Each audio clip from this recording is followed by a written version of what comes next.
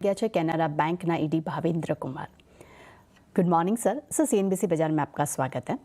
Sir सबसे पहले आपके रिजल्ट्स अर्निंग्स पे एक बार नज़र कर लेते हैं, नंबर्स पे। तो कैनरा बैंक का अगर नंबर्स की बात करूँ तो प्रॉफिट हमें काफ़ी अच्छा देखने मिला है, 18.4% हमें मुनाफा देखने मिला है। एनआई के फिगर्स में नज़र करें वहाँ पे हमें 11% का उछाल देखने मिला है।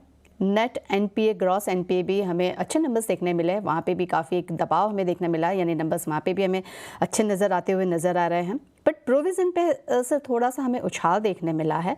और अगर प्रोविज़न की बात करें तो 2482 करोड़ पे हमें प्रोविज़न आते हुए नज़र आ रहा है। और अगर ग्रोथ की बात करें, लोन ग्रोथ तो 12% ईयरली एंड क्यू के नंबर्स हमें 12% नज़र आ रहे हैं।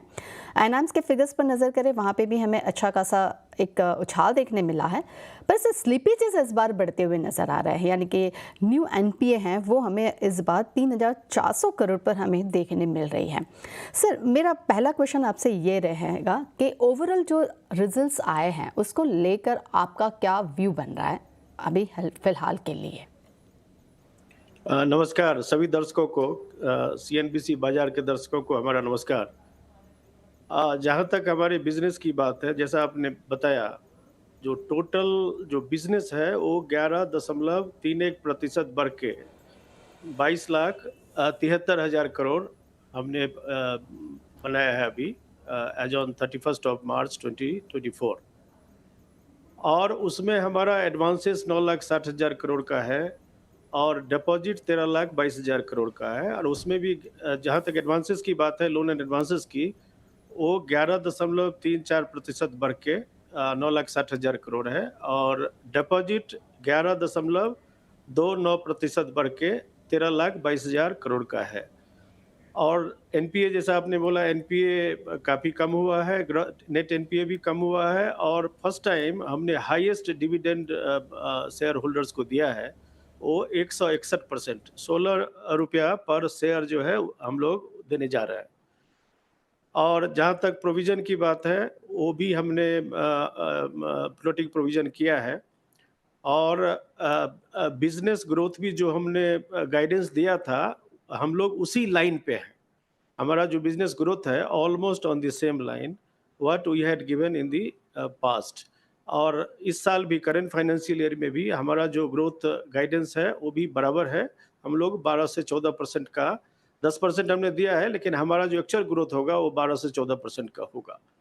और जो जो हमारा प्रॉफिटेबिलिटी है वो भी बढ़िया है। निम हमारा 3.05% है, जो वाईओए अगर देखेंगे तो 2.95 से 3.05 ये पहुंचा हुआ है। और हमारा गाइडेंस भी करीब 2.95 टू 3 के बीच में हम रखने जा रहे हैं। एम्प्लॉई कॉस्ट वेज सेटलमेंट हुआ, उसमें कुछ बढ़ी है क्योंकि 17% हमको प्रोवाइड करना था और हमने प्रोवाइड करके we have already paid to the employees. तो ये हमारा टोटल जो बिजनेस जो ग्रोथ था कैनरा बैंक का। और जैसा कि आपने बताया, हम लोग लास्ट ईयर 10,600 करोड़ के अगेंस्ट में इस साल 14,554 करोड़ का प्रॉफिट किया है, नेट प्रॉफिट, जो अभी तक का सबसे ज़्यादा है। ओके सर मेरा जहाँ पे आपने गाइडेंस की बात ही की है वहाँ पे मेरा आपसे नेक्स्ट क्वेश्चन ये बन रहा है कि सर अगर प्रोजेक्ट फाइनेंस की बात करें तो वहाँ पे थोड़ा बहुत स्लो डाउन्स देखने मिला है, और उसके अगर गाइडेंस की बात करें तो वो आपने जो गाइडेंस दिया था उसके कंपैरेटिवली थोड़ा सा हमें कम नंबर्स आते हुए दिखने मिले हैं। तो उसको लेकर सर आपका क्या व्यू बन रहा है?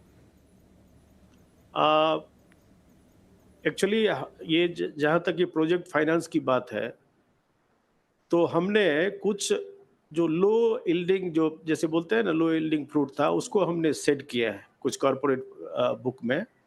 और दूसरे बुक में क्योंकि रिजेक्ट किया है हमने पोर्टफोलियो को, जो हमारा लोअर यील्डिंग जो एडवांसेस था उसको हमने वो कुछ सेट किया है कुछ। इसलिए आपको जो हमारा बैलेंस शीट दिख रहा है उसमें थोड़ी सी ये, अदरवाइज हमारा 14% का ग्रोथ जो है वो नॉर्मल है।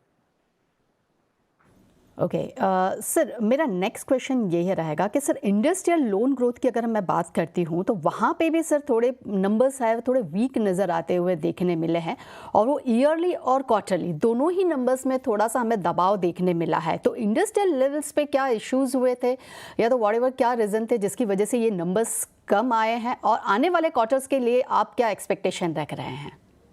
जी, ये जो हमारा लास्ट क्वार्टर जो था फाइनेंशियल ईयर 23-24 का, तो वो हमारा डेलिब्रेट था क्योंकि हम लोग भी नहीं चाह रहे थे जो लास्ट 1 मंथ और 2 मंथ में बियॉन्ड, बिकॉज़ कॉस्ट भी देखना है, अदरवाइज़ हमारा निम पे इम्पैक्ट होता। तो हमने उसके ऊपर काफ़ी ध्यान दिया सो दैट हमारा मार्जिन के ऊपर इम्पैक्ट ना हो। और अगर आप देखेंगे हमारा बुक जो अप्रैल में, तो ऑलरेडी हम लोग 9,000 करोड़ का ग्रोथ कर चुके हैं एडवांसेस में। तो हमने हमने जिस समय मार्केट बड़ा ही हीटेड अप था, उस समय हमने अपने को रोका है सो दैट मार्जिन जो कैनरा बैंक का है वो 3.05 और जो ये है मेंटेन हो सके। बट जहाँ तक इस साल की करंट फाइनेंशियल ईयर की बात है, हम लोग aggressively will go for the normal growth, 12 से 14% का ग्रोथ पे हम लोग जाएंगे। ओके सर, मेरा नेक्स्ट क्वेश्चन ये रहेगा कि सर आरबीआई ने जो ड्राफ्ट रूल्स रेगुलेशंस बाहर आए हैं और वो क्रेडिट को लेकर जो लागत आई है सर, उसका इम्पैक्ट आपके कॉस्ट पर और आपके कैपिटलाइजेशन पे कितना पड़ रहा है?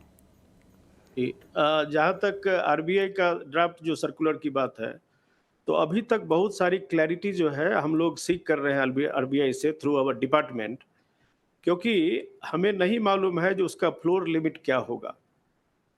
फ्लोर लिमिट क्या होगा और जो 3 सेगमेंट है डिफरेंट डिफरेंट, उसमें किस तरह से ऑपरेट होगा और फाइनली ये जाके इंड एस में मर्ज होना है।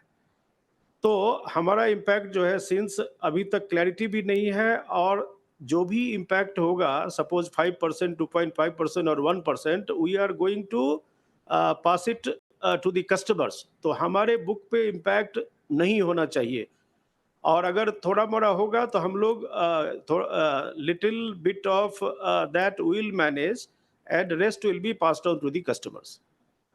तो ओवरऑल इम्पैक्ट कैनरा बैंक के ऊपर वो नहीं होना चाहिए, हमारे कैपिटल पे और हमारे प्रॉफिटेबिलिटी पे। ओके सर, मेरा नेक्स्ट क्वेश्चन आपसे ये रहेगा कि इस बार भी सर ऐसा नहीं लग रहा है कि आरबीआई रेट कट करेगा।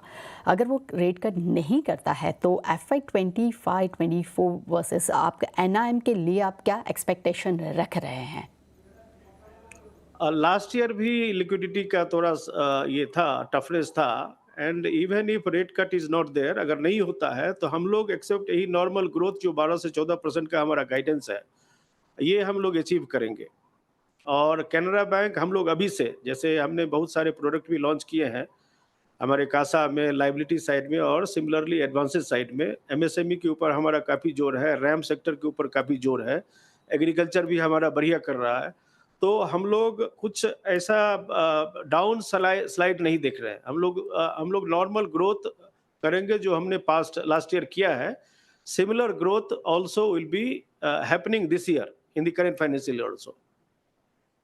ओके सर, मेरा नेक्स्ट क्वेश्चन आपसे ये रहेगा सर, मैं आपके आउटलुक के नंबर्स पे थोड़ा सा, ग्रोथ के नंबर्स पे नज़र कर रही हूँ, तो सर वहाँ पे भी थोड़ा सा हमें वीकनेस नज़र आई है, तो उसको लेकर सर आपका क्या कहना है और आने वाले क्वार्टर्स को लेकर सर आपका क्या मत बन रहा है, उसको लेकर क्या एक्सपेक्टेशन रख रहे हैं रिकवरी के लिए? जैसे जो हमारा आउटलुक है, हमने गाइडेंस थोड़ा कंजर्वेटिवली दिया है, लेकिन जैसा कि हमने अभी बताया, बिजनेस पैरामीटर्स पे हम लोग हमेशा आउट परफॉर्म किए, वेदर दिस इज डिपॉजिट और इन एडवांसेस। तो हमारा जो रैम सेगमेंट है already 56% against 55% before the year. तो हम लोग इसको 58% रैम के ऊपर हमारा पूरा जोर रहेगा, और रिटेल के अंदर में हाउसिंग और व्हीकल के ऊपर हमारा, एजुकेशन लोन के ऊपर जोर है, सिमिलरली एमएसएमई के ऊपर जोर है हमारा, और एग्रीकल्चर में गोल्ड लोन हम बढ़िया कर रहे हैं, और other agriculture other than KCC तो हमारा है ही, but then we are going for term loan under KC this agriculture, और एसएचजी लेंडिंग हमने काफ़ी किया है लास्ट ईयर। तो रैम सेगमेंट में हम लोग काफ़ी बढ़िया ग्रोथ देख रहे हैं, और कॉरपोरेट में भी we are getting good traction in corporate in all sectors of the industry.